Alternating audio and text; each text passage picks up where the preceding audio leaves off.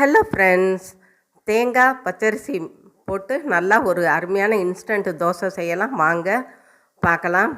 இப்போ பச்சரிசி 1 கப்பு, உளுந்தம்பருப்பு 2 ஸ்பூன், 1/4 டீஸ்பூன் வெந்தயம் போட்டு 2 மணி நேரம் ஊற வச்சு நம்ம அரைச்சி எடுத்துக்கலாம். அதோட ஒரு முடி தேங்காய் திருவல் அதையும் சேர்த்து நல்லா நைஸாக அரைச்சிக்கலாம். இப்போ நைஸாக அரைச்சாச்சு. அதோட உப்பும் சேர்த்து ஒரு சுற்றிட்டு வந்துடுவோம். பாருங்கள், நல்லா அரைச்சாச்சு. இதை ஒரு பவுலில் போட்டுக்கலாம். போட்டுட்டு மிக்ஸி கழுவுன தண்ணியும் சேர்த்து விட்டுக்கலாம்.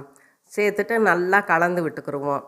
இப்போ நல்லா கலந்து விட்டாச்சு. அதை மூடி போட்டு ஒரு 2 மணி நேரம் இருக்கட்டும். இப்போ ஒரு தோசை சட்டியை காய வச்சு ஒரு தோசையை ஊற்றலாம். சுற்றி 1 ஸ்பூன் எண்ணெய் விட்டு வேகவும் பிரட்டி போட்டுருவோம்.